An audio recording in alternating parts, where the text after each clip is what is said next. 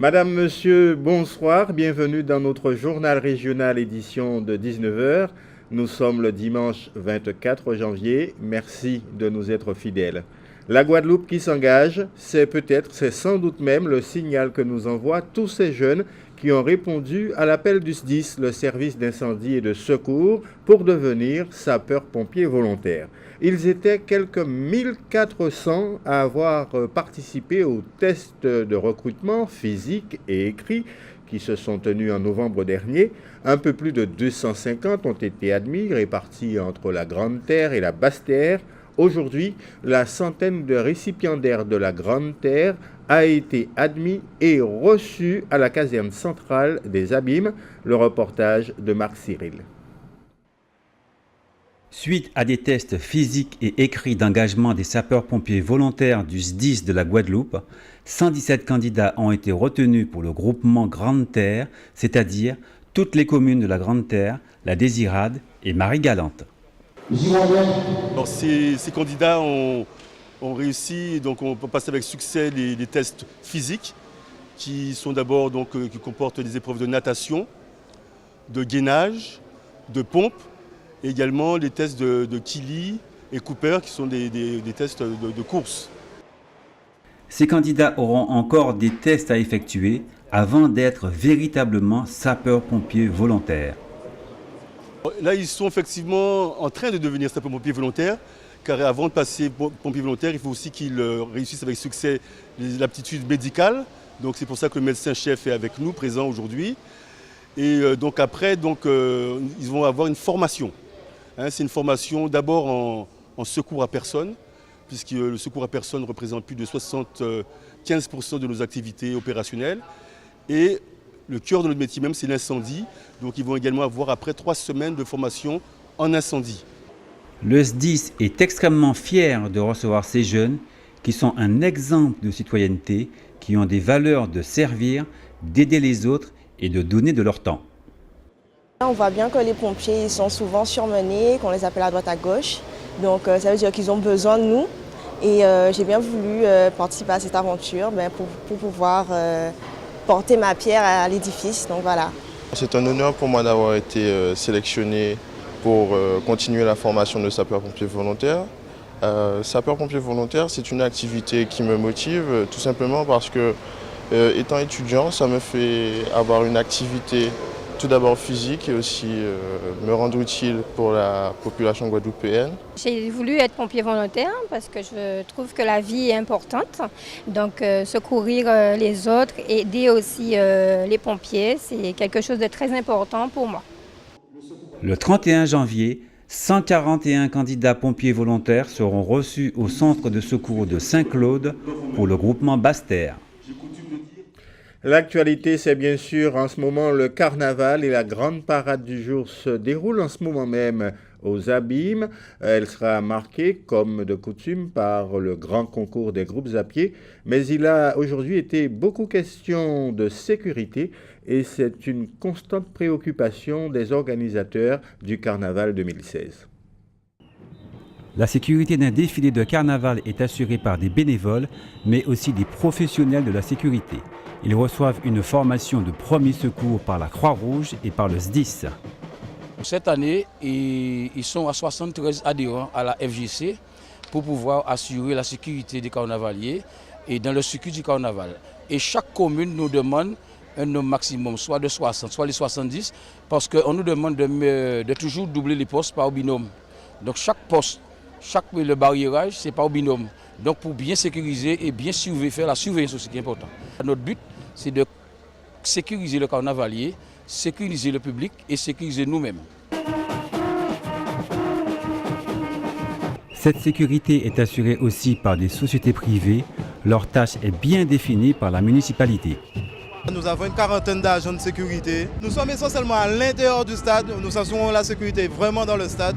Et chaque agent tient une porte au cas où il y a un mouvement de foule, une évacuation, que tout puisse se passer dans le mieux possible et assez rapidement. Voilà. L'alcool et les bouteilles en verre sont interdits par arrêté préfectoral et municipal, et cela pour que la fête puisse bien se dérouler et en toute convivialité. Ce que vous allez voir maintenant n'est pas très courant devant les caméras de télévision. Une cérémonie de Mayémin qui se déroulait aujourd'hui à Sainte-Anne. Mayémin, c'est bien sûr l'expression que nous employons pour désigner cette cérémonie hindoue en Guadeloupe qui consiste en l'invocation de la déesse Mariamman pour obtenir une protection ou une guérison. Aujourd'hui, à Riche-Plaine-Sainte-Anne, c'est toute une famille qui l'a sollicité pour obtenir la guérison d'une malade. Le reportage de Karine Gielman.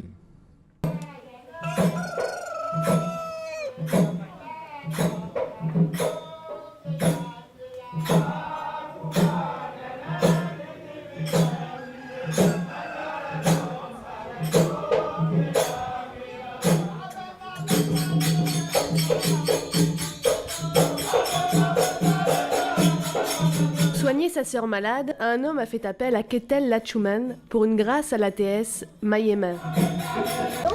Oui, c'est très important pour la maladie, pour tout le butin. Ça a dégagé tout le butin. C'est pour tout ça, vous voulez, la guérison, santé, il y a pas. La déesse est connue pour être la déesse de la guérison. On l'a pris également pour avoir des enfants en bonne santé. En principe, on fait la cérémonie, c'est qu'on a besoin de quelque chose. On a besoin de force, on a besoin de puissance, on a besoin du travail, ouais. Parce qu'on ne peut pas vivre comme ça, on n'a pas le droit de vivre comme ça. Alors bon, les gens profitent et cherchent à trouver un petit peu plus, quoi. La famille de Lachuman est installée à Riche-Plaine depuis 1935. Le père, T. Joseph, a construit l'hôtel, puis son fils Stanislas, dit Ketel, a repris le flambeau. La famille Lachuman perpétue les traditions d'une génération à l'autre. Leur indianité est omniprésente. Vous allez même à La Réunion, j'ai un frère, j'ai un neveu et un frère qui habite à La Réunion. Vous allez à La Réunion, vous allez à l'île Maurice. Demain, un Indien vous rencontre, il ne vous connaît pas, il vous salue. Il vous salue, ouais. Ça, je sais pas, j'ai passé par le sang ou je sais pas, il y a une relation, une flûte, une sorte de flûte qui communique, voilà. Il y a 2 ans, la famille est partie en Inde à un moment très fort. Quand on arrive, on sent qu'on ne comprend pas.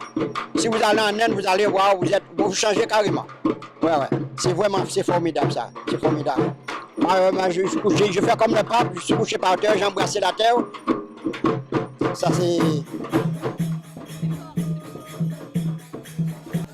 L'énergie de ce rassemblement est un véritable symbole de l'unité indienne.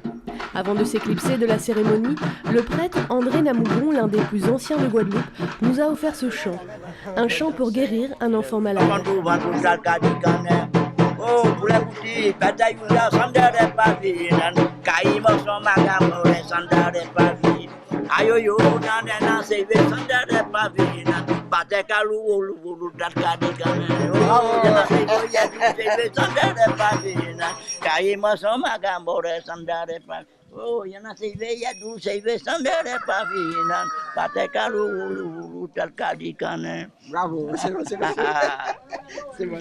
Et comme nous ne sommes décidément pas en reste ce soir, nous allons maintenant parler de sexualité. Et oui, cela se passe à la Case énergétique. C'est un centre de développement personnel qui existe depuis environ 4 ans à Petit-Bourg. Entre massage et autres thérapies du bien-être physique et psychique, on y débat aussi sur des thèmes comme la sexualité. Aujourd'hui, il était question de la puissance du féminin et les explications de Karine Gielman. La sexualité féminine, un sujet souvent tabou et qui au fil de l'âge dérange encore plus. Plus que la sexualité masculine, des mots sont interdits et des envies sont cachées. À la Case énergétique, les femmes en parlent sans limite au travers d'une rencontre sur la puissance du féminin et sa transmission. Et souvent, j'ai interrogé aussi des personnes dans les centres, comment on appelle ça, les EHPAD. Donc j'ai interrogé des personnes et souvent, je vais vous étonner, les soignants considèrent les femmes, puisqu'on parle de femmes, comme des sorcières libidineuses. C'est des gens qui sont vicieuses, qui ont des envies, mais pas possible. Qu'est-ce qu'elle croit à son âge? Ouais. Et j'ai trouvé aussi que ça vient de notre propre culture. Parce que nous-mêmes, Antillais, Guadeloupéens, nous ne sommes pas au fait de notre propre sexualité. Et du coup, quand la sexualité des personnes âgées et des autres, elle est carrément déniée. Christiane Amoros, qui a travaillé au milieu hospitalier, a bien connu ce phénomène. La sexualité, c'est notre puissance. C'est ce qui nous équilibre, qui nous permet de développer notre créativité, qui nous permet d'aller jusqu'à ce qu'on appelle le 7e ciel, c'est-à-dire d'aller au-delà du 7e ciel, c'est-à-dire au-delà du chakra couronne. C'est d'être dans notre entièreté et d'assumer notre corps, parce que notre vagin nous appartient, nous femmes. Le regard des hommes sur le féminin est essentiel quant à l'évolution de l'aura féminine. C'est-à-dire qu'en fait, je crois, pour ce que moi je vis, qu'il y a une tendresse qui se développe davantage et qui n'empêche pas quand même, qui ne fait pas oublier le sexe, mais ce n'est plus que lorsqu'on est en pleine activité, etc. Il y a des transferts qui se font et qui rendent la chose peut-être encore plus agréable, plus passionnant, plus sublime. La féminité, donc, c'est avant tout une essence puissante, présente chez les hommes également. Je pense que l'homme a déjà développé sa part de féminine puisqu'il la vit dans sa douceur, dans son côté sentimental. Peut-être que dans notre société créole, il la repousse un peu parce que, bon, n'ayons pas peur des mots. Si elle est trop développée, on va dire qu'il est un peu macomet. Mais en fait, il ne doit pas avoir honte du tout de cette femme, puisque de cette féminité. Il y a eu un lapsus d'ailleurs, parce que beaucoup de femmes peuvent avoir aussi une tendance masculine prononcée. Quand on dit en créole, la femme là, ça y golbo, bien trop godjo. Mais un homme peut être aussi très doux, très miel, et c'est bien ce qui définit l'essence féminine ou la féminité chez l'homme. Une essence féminine que l'on distille au fil de l'âge et qui ne doit pas être enfermée dans un flacon. Voilà. Et comme vous pouvez le constater sur Alizé, on n'hésite pas à en parler. Moins réjouissant, sans jeu de mots, la grève générale dans l'enseignement public, notamment demain.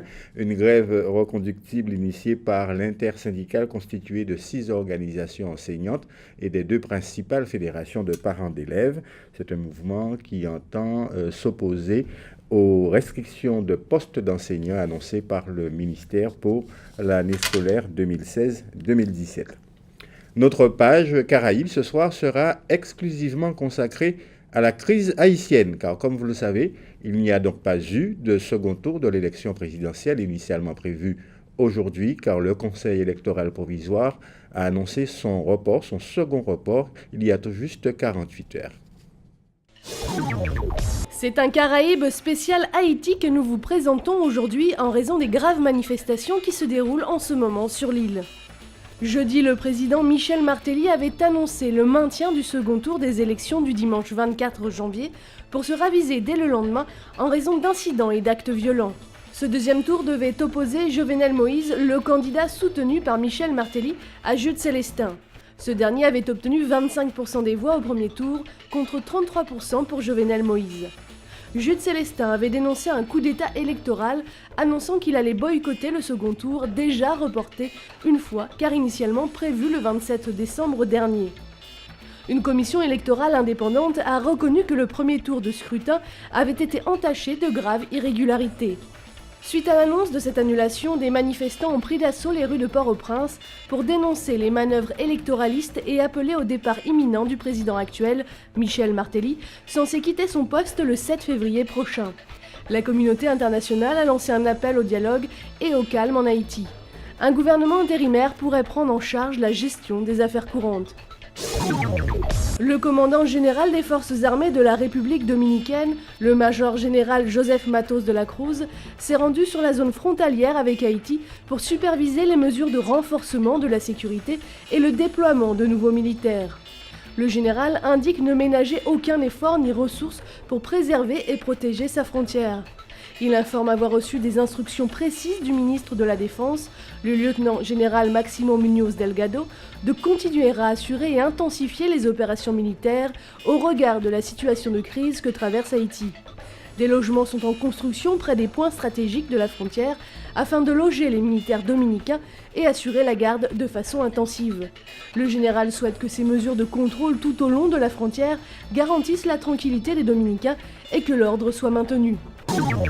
El Trujillo, célèbre écrivain haïtien et vice-président de l'Association des écrivains de la Caraïbe, évoque dans le journal Libération un déni de souveraineté appuyé par la communauté internationale. Pour lui, l'élection présidentielle en Haïti est une farce. Le candidat est élu d'avance, choisi par l'exécutif et les instances internationales. Un président qui ne sera donc pas reconnu par le pays, mais par ceux qui l'auront fabriqué. Lionel Trouillot ajoute que cela fait 10 ans que le même scénario se produit. Michel Martelly a été élu par la communauté internationale avec quelques voix haïtiennes, mais aujourd'hui la communauté haïtienne exprime un rejet massif du diktat des instances internationales et ONG sur leur pays. La parole s'est déliée, beaucoup dénoncent ce système de mainmise sur Haïti, mais l'ancrage international est si profond et malsain à la fois qu'il sera difficile d'en sortir en douceur. Rio fait état d'un échange avec un diplomate installé en Haïti, lequel lui confiait « Lionel, vous avez l'habitude des dictateurs, pourquoi ne supporteriez-vous pas un corrompu encore quelques années ?» Nous parlons sport dans cette édition avec le Tri-Series international de la Guadeloupe, cette épreuve qui associe 3 disciplines, le triathlon, le duathlon et l'aquathlon. Elle s'est achevée aujourd'hui.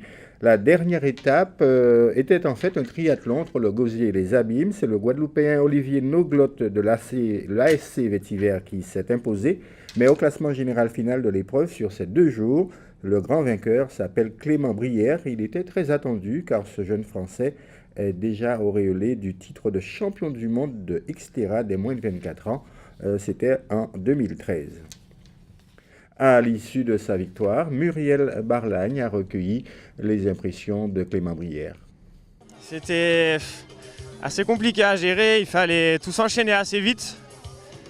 Donc bon, je me suis dit qu'il fallait faire le boulot et prendre un maximum d'avance dès le début. Donc bon, j'ai tout misé sur la course à pied, ça m'a plutôt bien réussi. J'ai fait un gros aquathlon, un gros duathlon pour prendre un maximum d'avance. Après, je savais que j'étais un peu plus juste à vélo en ce moment, surtout face à Noglotte qui est quand même très fort à vélo. Du coup, je suis parti triathlon ce matin avec 1 minute d'avance et il fallait gérer, puis sortir une grosse course à pied pour s'arracher et puis garder ce maillot jaune.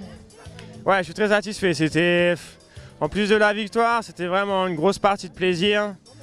C'est des formats qui sont super plaisants à faire. C'est vraiment la base du triathlon pour moi. Donc, c'était un vrai bonheur d'être là, quoi. Alors, Clément Brière est pensionnaire du Madinina Bikers, tout comme celle qui a remporté l'épreuve chez les femmes, Mathilde Bataillé. Elle s'est imposée tout à la fin de l'épreuve. Là aussi, Muriel Barlagne a recueilli ses impressions. C'est la première compétition de la saison, donc on ne sait pas trop notre état de forme. Puis c'était vraiment un test, puis finir quelques entraînements aussi avant d'autres échéances plus importantes. Mais c'était vraiment une belle idée, c'est la première fois qu'on a ça ici. Puis on s'est mobilisé à Martinique pour venir justement participer à cette compétition. Alors vous êtes satisfaite de votre résultat? Oui, très satisfaite, des très très bonnes sensations hier, où j'ai essayé de prendre un maximum d'avance. Aujourd'hui, je savais qu'il me fallait juste conforter un petit peu ma place et pas trop me mettre dans le rouge pour ce qui arrive après. Puis évidemment, les jambes sont lourdes avec les 2 enchaînements d'hier, mais une bonne gestion de course et des bonnes courses, ouais. Un mot de tennis et ce rappel, le tournoi féminin, un tournoi international ITF de Petit-Bourg a été remporté par la Tchèque Marie Bouskova. Elle a battu en finale la Française Théo Gravouille en 2-7, 6-4, 6-1. C'était la 3e édition de ce tournoi de Petit-Bourg. Football maintenant, c'était le 2e tour de la Coupe de France. De nombreux résultats à vous livrer. L'USCB qui a écrasé le CS Club de Bouillante 4-0. L'UNAR du Rézé défait la Solidarité scolaire pensionnaire de division d'honneur 2-0. Le Sirocco a écrasé l'éclair 4-0. Le CSC a éliminé l'Arsenal Club également de division d'honneur. Le CSC, je vous le rappelle, évolue en promotion d'honneur. La SJ Sainte-Oise a éliminé 2-1 l'US Crambourg-Fort. La Gauloise a écrasé le Phare 3-0.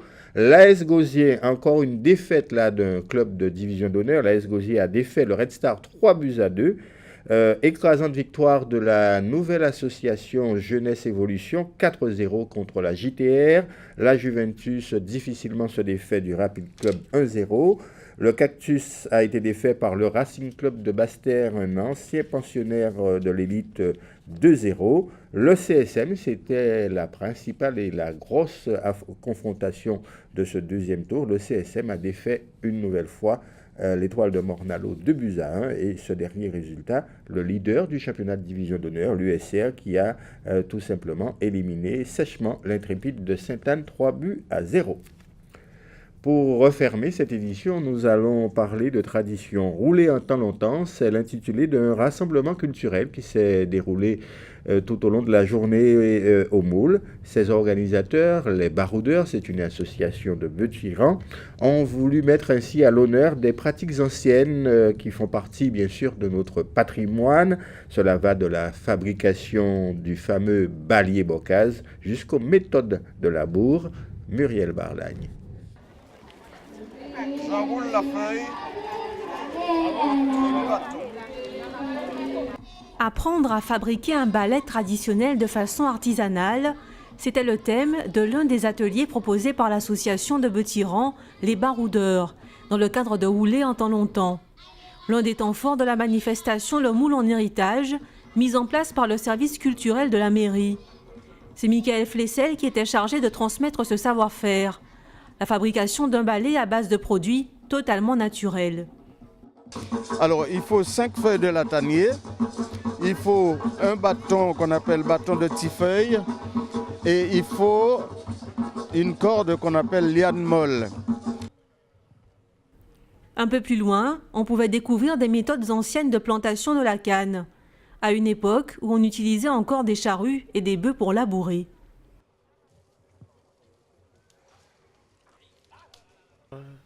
Nous, on n'est pas d'ici, de la métropole. Nous, on travaille beaucoup avec les chevaux. On a beaucoup travaillé, mais on travaille toujours un peu. Et c'est vrai que c'était une découverte pour nous très, très enrichissante. Et on est bien heureux de l'avoir vécu. C'est très bien. On voit comment les anciens travaillaient dur. Et on comprend à quel point c'est important quand même de sauvegarder le patrimoine. Cela fait maintenant 2 ans que l'association Les Baroudeurs du Moule organise cet événement. Le bilan est plutôt positif. On estime à 800 le nombre de visiteurs. C'est une excellente journée, elle se passe très bien, il y a du public, il y a beaucoup de touristes cette année, je crois qu'ils ont été très sensibles à ce qui se fait autour du patrimoine, donc ils sont là pour découvrir, ils sont nombreux, ça se passe véritablement bien, nous sommes heureux de voir que les gens répondent, que les associations sont là et présentent des choses magnifiques, extraordinaires qu'il faut revoir et ou revoir en tout cas. Rouler en temps longtemps, un véritable voyage dans le temps, dans un décor de circonstances, l'habitation Néron. Une manière de valoriser le patrimoine matériel et immatériel de la Guadeloupe. Avant de nous séparer, le temps qu'il fera demain, il y aura encore du soleil, mais également des nuages et de la pluie sur tout l'archipel guadeloupéen. Ça continue. Les températures seront comprises entre 25 et 28 degrés. Sur Alizé ce soir, dans un instant, la rubrique Innovation concoctée par Karine Gelman, qui sera suivie du journal de TF1, de la météo détaillée de notre région de la Caraïbe. Et puis n'oubliez pas que vous avez rendez-vous avec le carnaval sur Alizé. Alizé en folie sur le carnaval de Pointe-à-Pitre, c'est aux environs de 20h15. Et notre soirée sera consacrée au magazine Capital. Demain, vous retrouvez Aurélie Ronze pour notre premier rendez-vous avec l'actualité régionale à 12h30. Excellente soirée sur Alizé. N'oubliez pas le carnaval dans un instant.